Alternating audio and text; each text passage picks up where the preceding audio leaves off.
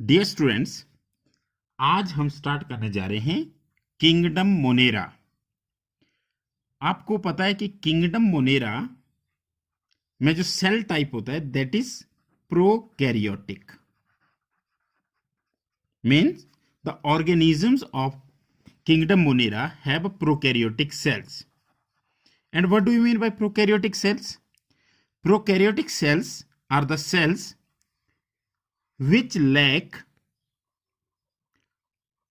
nuclear membrane around the genetic material, and the genetic material in this case is lying naked.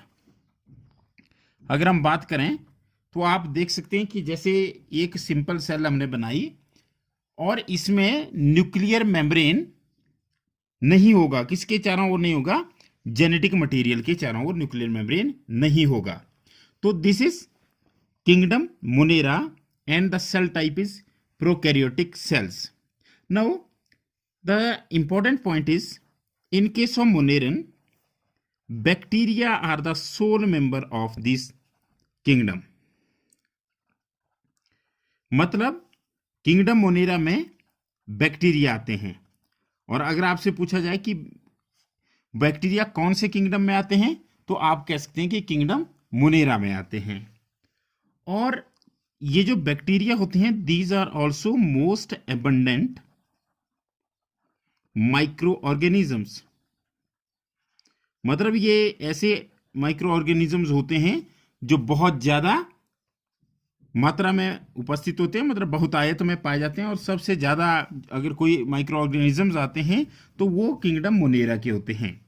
And these are found everywhere. ऐसी कोई जगह नहीं है जहां पर आपको बैक्टीरिया नहीं मिलेंगे। हर जगह बैक्टीरिया पाए जाते हैं और ये एक्सट्रीम से एक्सट्रीम हैबिटेट में भी रह सकते हैं। जैसे अगर आप बात करें हॉट स्प्रिंग्स, गर्म पानी के चश्मे, तो आपको पता है कि आम ऑर्गेनिज्म वहां पे नहीं रह सकता, लेकिन ये बैक्टीरिया वहां पर रह सकते हैं। डिजर्ट की अगर हम बात करें तो वैसे ही बायोडाइवर्सिटी कम होती है, लेकिन वहां पे भी ये पाए जा सकते हैं। स्नो लेडन एरिया जहां पे बहुत ज्यादा बर्फ पड़ती है वहां पे भी होंगे। और डीप ओशंस जहां पर लाइट की अवेलेबिलिटी भी बहुत कम होती है और बहुत कम ऑर्गेनिज्म पाए जाते हैं, वहां पर भी बैक्टीरिया ये पाए जाते हैं। तो इसका मतलब है कि जो मोनेरन किंगडम मोनेरा है और जो मोनेरन्स हैं दे आर बैक्टीरिया। और bacteria are the most abundant micro organism.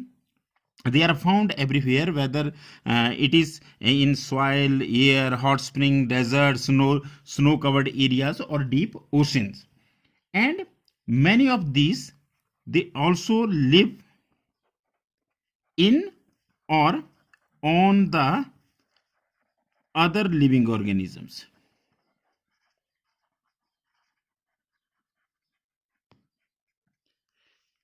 मतलब क्या हो कि ये पैरासाइट के रूप में भी रह सकते हैं, जैसे दूसरे ऑर्गेनिज्म की बॉडी के अंदर या बॉडी के ऊपर। अंदर भी रह सकते हैं और ऊपर भी रह सकते हैं। अंदर रहते हैं तो उनको एंडोपैरासाइट बोला जाता है और ऊपर रहते हैं तो they are ectoparasite. Mean they can live on और in the body of other microorganisms. तो ये हमारे पास जो बैक्टीरिया थे ये इनकी जनरल कैरेक्टरिस्टिक है कि these are prokaryotics. These are you can say these are unicellular, and the sole members of Monera are bacteria. These are the most abundant microorganisms found everywhere, whether in hot spring, desert, snow-covered area, deep oceans, and in variety of other habitats. They either live in or on the other living organism. Now there is a grouping. These bacteria can be grouped into 4 categories based on shape. These are grouped into 4 categories. और वो 4 category कौन कौन सी होती है shape के basis पे? तो सबसे पहले हम बात करते हैं कोकस की। कोकस, और अगर इसको प्लूरल में देखें तो it is cocci. Now what is coccus? Coccus का मतलब हुआ spherical bacteria are called as coccus. जैसे अगर हम देखें तो ये बैक्टीरिया इस तरह के बैक्टीरिया होंगे तो दीज आर कॉल्ड एज कोकस।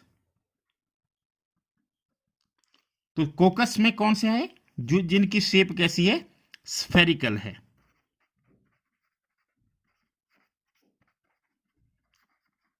कोकस मतलब गोल, तो गोल बैक्टीरिया जो होते हैं उनको कोकस कहा जाता है। और दूसरा हमारे पास जो दूसरी कैटेगरी है दैट इज बैसिलस। जैसे आपको होता है लैक्टोबैसिलस, दही में पाया जाता है, तो बैसिलस, बैसिलस का मतलब हुआ रॉड शेप्ड, रॉड की तरह। बैसिलस का मतलब हुआ रॉड शेप्ड।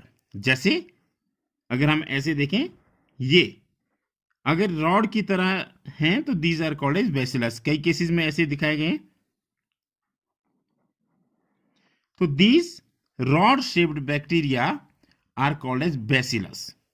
तो मतलब क्या, शेप अगर गोल है तो उनको बोलेंगे कोकस, अगर शेप उनकी रॉड की तरह then they will be bacillus, और अगर वो कॉमा की तरह है तो उनको होंगे वाइब्रम या विब्रियो। सिंगुलर और प्लूरल का है। तो जो कॉमा शेप्ड होते हैं, कॉमा शेप्ड को बोला जाता है वाइब्रियो। तो ये कैसी शेप है इनकी, कॉमा शेप्ड। कॉमा शेप्ड मतलब जैसे हमारे पास ये है, तो ये देख सकते हैं आप, ये इस तरह के micro organism, these are called as vibrio. Vibrio मतलब क्या हुआ कि जो कॉमा की तरह, जैसे यहां भी आप देख सकते हैं कॉमा की तरह जो बैक्टीरिया होंगे दे आर कॉल्ड एज वाइब्रम और विब्रियो। जैसे कोलेरा का होता है विब्रियो कोलेरी। तो अब इसके बाद नेक्स्ट करेंगे हम spirillum. No, spirillum are they are spiral in shape, वो स्पाइरल शेप के होते हैं। और इनमें यहाँ पे जैसे ये फ्लैजेला भी उसते हैं, और फ्लैजेला क्या करते हैं, ये इनको मोटाइल बनाते हैं। मोटाइल का मतलब क्या हुआ कि चलने फिरने वाले, कि जिनकी वजह से मूवमेंट शो कर सकते हैं। तो इस तरह से हमारे पास कुल 4 कैटेगरीज आ गई बैक्टीरिया की। किसके बेसिस पे, शेप के बेसिस पे। कौन से हुए, शेप के बेसिस पे। सबसे पहले हमारे पास हुए कोकस। कोकस के बाद अगर हम बात करें तो दूसरे हमारे पास आ गए बैसिलस। बैसिलस के बाद बात करें तो वाइब्रम, और वाइब्रम के बाद बात करें तो स्पाइरलम। कोकस मतलब गोल, बैसिलस मतलब रॉड की तरह, वाइब्रम मतलब कॉमे की तरह, और स्पाइरिलम मतलब स्पाइरल शेप के बैक्टीरिया जो होते हैं उनको स्पाइरल कहा जाता है। अब अगर हम बात करें कि बैक्टीरिया का अगर स्ट्रक्चर देखें तो structure is very simple. Simple structure किसका, चाहे कोई भी बैक्टीरिया हो उसका स्ट्रक्चर बहुत ही सिंपल होता है, but their behaviour is complex. Behaviour is complex. अब स्ट्रक्चर में आप देखें कुछ नहीं, सेल वॉल होती है, न्यूक्लियाइड होता है, राइबोसोम्स होते हैं, और बहुत ज़्यादा कॉम्प्लिकेशन नहीं होती उनके स्ट्रक्चर में। लेकिन अगर हम बिहेवियर की बात करें, their behaviour is highly complex and they show most extensive metabolic activities. जो मेटाबॉलिक एक्टिविटीज होती है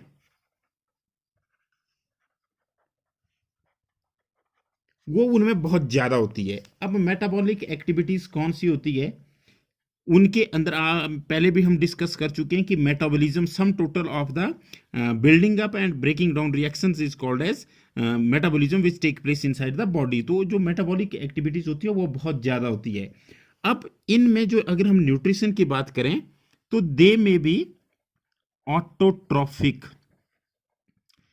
and majority of them they are heterotrophic. Nutrition की अगर हम बात करें तो न्यूट्रिशन के 2 मोड है बैक्टीरिया के केस में, पिछले वीडियो में भी हम डिस्कस कर चुके हैं। आइदर दे आर ऑटोट्रॉफिक और दे आर हेटेरोट्रॉफिक। अगर हम ऑटोट्रॉफिक की बात करें तो ऑटोट्रॉफिक, ऑटो मतलब सेल्फ, ठीक है ना, they can synthesise their own food. ऐसे ऑर्गेनिज्म जो अपना भोजन स्वयं बना सकते हैं उनको बोलते हैं ऑटोट्रॉफिक। और बैक्टीरिया ऑटोट्रॉफिक भी हो सकते हैं, और साथ में heterotrophic. Majority of bacteria are heterotrophic. मतलब हेटेरोट्रॉफिक का मतलब they obtain their food from other organisms और they depend on other organism और डेड डिकेइंग ऑर्गेनिक मैटर, जैसे कि हमने पिछले वीडियो में बात की। तो ऑटोट्रॉफिक में भी 2 कैटेगरी हो सकती है आगे, या तो ये प्लांट्स की तरह हो, फोटो ऑटोट्रॉप्स, मतलब उनमें क्लोरोफिल होती है और वो अपना भोजन जैसे प्लांट्स बनाते हैं वैसे बना सकते हैं, या ये कीमो सिंथेटिक भी हो सकते हैं। कीमो सिंथेटिक का मतलब है कि ये केमिकल से की ऑक्सीडेशन करते हैं। कौन से केमिकल हो गए, जैसे नाइट्रेट्स हो गए, नाइट्राइट्स हो गए, या हमारे पास अमोनिया हो गए, और उनकी ऑक्सीडेशन से जो एनर्जी मिलते हैं उसको एटीपी के रूप में यूज करते हैं। तो मतलब ऑटोट्रॉपिक का मतलब हुआ कि खुद भोजन बनाना, या तो फोटोसिंथेटिक तरीके से बना सकते हैं या कीमोसिंथेटिक तरीके से बना सकते हैं। दूसरा हिट्रोट्रॉपिक में मैंने बोला कि दे depend on the other organism और डेड डिकेइंग ऑर्गेनिक मैटर। तो इस तरह से हम बात कर सकते हैं कि अगर हम मुनेरा किंगडम को थोड़ा सा इसको समराइज करें, उसके बाद केवल आज हम एक टॉपिक करेंगे, वो करेंगे आर्की बैक्टीरिया। क्योंकि जो बैक्टीरिया है, बैक्टीरिया में दो आएंगे, एक आएंगे आर्की बैक्टीरिया जिनको हम एंशिएंट बैक्टीरिया भी बोलते हैं, और दूसरे आते हैं यू बैक्टीरिया। यू बैक्टीरिया का मतलब हुआ ट्रू बैक्टीरिया। तो आज हम केवल आर्की बैक्टीरिया पढ़ेंगे। बैक्टीरिया जो मुनेरा किंगडम है उसमें केवल हम आर्की बैक्टीरिया को डिस्कस करेंगे। तो आर्की बैक्टीरिया बेसिकली होते क्या हैं, समराइज करने से पहले हम पहले आर्की बैक्टीरिया की बात करते हैं। तो archaebacteria these are special. अब क्यों आर्की बैक्टीरिया स्पेशल होते हैं? इसलिए स्पेशल होते हैं because they can live in special habitats. तो ये स्पेशल होते हैं because they can live in special habitats. Special habitat कैसे? एक्सट्रीम कंडीशंस में रहते हैं। अब एक्सट्रीम कंडीशंस कौन सी होती है, इसके बेसिस पे देखो इनको हम क्लासिफाई करेंगे। इनमें इनकी जो सेल वॉल होती है वो अपने आप में एक यूनिक फीचर होता है जिसकी वजह से ये ऐसे कंडीशन में रह सकते हैं। तो मतलब क्या हुआ कि ये हार्श हैबिटेट्स में रह सकते हैं। एक्सट्रीम कंडीशन या हार्श हैबिटेट है, मतलब जहाँ पे कंडीशन सामान्य नहीं होती, बहुत ज़्यादा ठंड होगी, बहुत ज़्यादा गर्मी होगी, सॉल्टी एरिया, वहाँ पे जो बैक्टीरिया रहते हैं उनको बोलते हैं आर्की बैक्टीरिया। अब अगर हम इनमें सबसे पहले देखें तो सबसे पहले जो आते आर्की बैक्टीरिया में, दे आर हेलोफाइल्स। हेलो मतलब सॉल्ट, हेलो मतलब सॉल्ट, फाइल्स मतलब लविंग। कौन से हुए हेलोफाइल्स? हेलोफाइल्स ऐसे बैक्टीरिया हुए जो सॉल्टी एरिया में रहते हैं। मतलब क्या हुआ, या तो ऐसी लेक जिसमें बहुत ज़्यादा नमक हो, सॉल्टी मेरीन वाटर की हो, या सी में जहाँ पे जिस पानी में नमक होता है उस पानी में रहने वाले बैक्टीरिया को बोला जाता है हेलोफाइल्स। मतलब salt loving bacteria are called as halophiles and they live in salty areas. अब दूसरा, जैसे मैंने पहले भी बात की कि सारे के सारे आर्की बैक्टीरिया किसी ना किसी हार्श कंडीशन में रहते हैं, तो हेलोफाइल्स रहते हैं नमक वाली कंडीशन पे। Now second is thermo acidophiles. ये पीएमटी में भी क्वेश्चन आ चुका है, जिसे नीट कहते हैं कि थर्मो एसिडोफाइल्स क्या होते हैं। थर्मो का मतलब होता है टेम्परेचर, तो इसका मतलब है कि जो बहुत गर्म पानी में रह सकते हैं, they are thermoacidophiles. Philes फिर से लविंग। तो इसमें जो हमारे पास आते हैं वो होते हैं हॉट स्प्रिंग्स में। तो हॉट स्प्रिंग्स में रहने वाले बैक्टीरिया को बोला जाता है thermo acidophiles. Clear? Halophiles salty area में, थर्मो एसिडोफाइल्स कहाँ पे रहते हैं? हॉट स्प्रिंग्स में रहते हैं। और अगर इसके अलावा एक और कैटेगरी होती है, they are called as methanogens. Methanogens मतलब मीथेन प्रोड्यूसिंग। अगर हम ऐसे बात करें तो ये कहाँ रहते हैं? मार्शी एरियाज में। मार्शी एरिया क्या होते हैं? जैसे दलदल वाले जो क्षेत्र होते हैं वहाँ पे ये रहते हैं। इसके अलावा मिथेनोजन कहाँ रह सकते हैं? गट ऑफ रूमिनेंट्स, जो रोमंथी होते हैं, कड च्यूइंग जो एनिमल्स होते हैं, जैसे हमारे पास काऊ हो गई, बफेलो हो गए, तो उनके आंत में भी ये पाए जाते हैं। कौन से? मेथेनोजन। और वो कौन सी गैस प्रोड्यूस करते हैं? मीथेन गैस प्रोड्यूस करते हैं। तो इसलिए जो सीवेज ट्रीटमेंट प्लांट होते हैं वहाँ पे भी कौन से बैक्टीरिया पाए जाते हैं? वहाँ भी मिथेनोजन बैक्टीरिया पाए जाते हैं। और आप कह सकते हैं कि जो मिथेनोजन होते हैं ये एनएरोबिक कंडीशंस में रहते हैं। तो इस तरह से हमने आज जो टॉपिक किया, अब मैं उसको समराइज करने जा रहा हूँ, और लास्ट में हम इसको समराइज करते हैं। आज हम बात कर रहे थे किंगडम मोनेरा की, जो कि पहला किंगडम है हमारे 5 किंगडम सिस्टम क्लासिफिकेशन का, जिसके ऑर्गेनिजम्स होते हैं प्रोकैरियोटिक होते हैं और मोस्ट एबंडेंट होते हैं, मतलब बहुत बहुतायत में पाए जाते हैं। और इसके अलावा अगर आप देखें तो दे आर कॉस्मोपॉलिटन। कॉस्मोपॉलिटन एक नया वर्ड मैं भी आपको दे रहा हूँ। कॉस्मोपॉलिटन का मतलब होता है वर्ल्ड वाइड, कि पूरी दुनिया में पाए जाते हैं और everywhere, they are found everywhere, कहीं भी आपको मिलेंगे, चाहे वो किसी भी तरह की कंडीशन हो। दूसरा, अगर हम उनको शेप के बेसिस पे देखें तो शेप के बेसिस पे उनकी 4 कैटेगरीज है। और शेप के बेसिस पे 4 कैटेगरी कौन कौन सी है? सबसे पहले हमारे पास जो राउंड होते हैं, गोल होते हैं, उनको बोलते हैं कोकस। और जो दूसरा हमारे पास रॉड की तरह होते हैं, उनको बोलते हैं बेसिलस। और जो कॉमा की तरह होते हैं, उनको बोलते हैं वाइब्रम या विब्रियो। और जो स्पाइरल होते हैं, they are called a spirillum, spirillum. तो ये इनके शेप के बेसिस पे क्लासिफिकेशन थे। फिर हमने बात की कि अगर हम न्यूट्रिशन की बात करें तो न्यूट्रिशन इनकी कैसी न्यूट्रिशन होगी? या तो ऑटोट्रॉफिक होती है, कुछ एक जो होते हैं वो ऑटोट्रॉफिक होते हैं, some of them they are autotrophic and majority of them are heterotrophic. No, what are autotrophic? Autotrophic bacteria are those which take which can synthesise their own food. और इसमें भी आगे जाकर के फिर 2 टाइप के होते हैं, या तो फोटो ऑटोट्रॉप्स या कीमोट्रॉप्स, और कीमोसिंथेटिक बोलते हैं इसको, कीमो ऑटोट्रॉप्स। ये हम आगे डिटेल में करेंगे जब हम यू बैक्टीरिया की बात करेंगे। हीटरोट्रॉफिक जो होते हैं दे डिपेंड ऑन अदर ऑर्गेनिजम्स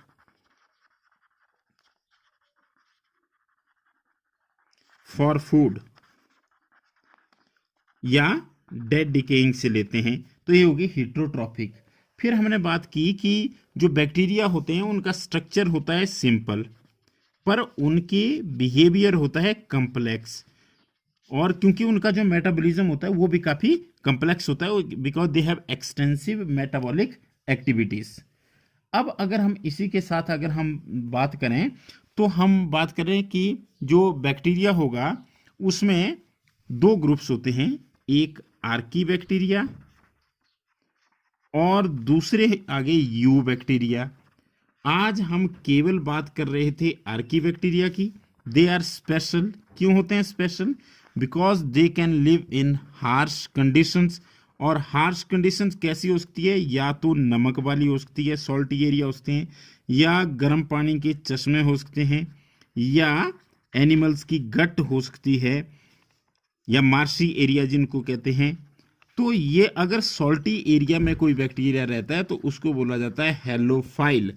और अगर हॉट स्प्रिंग में रहता है तो उसको बोलते हैं थर्मो एसिडोफाइल्स।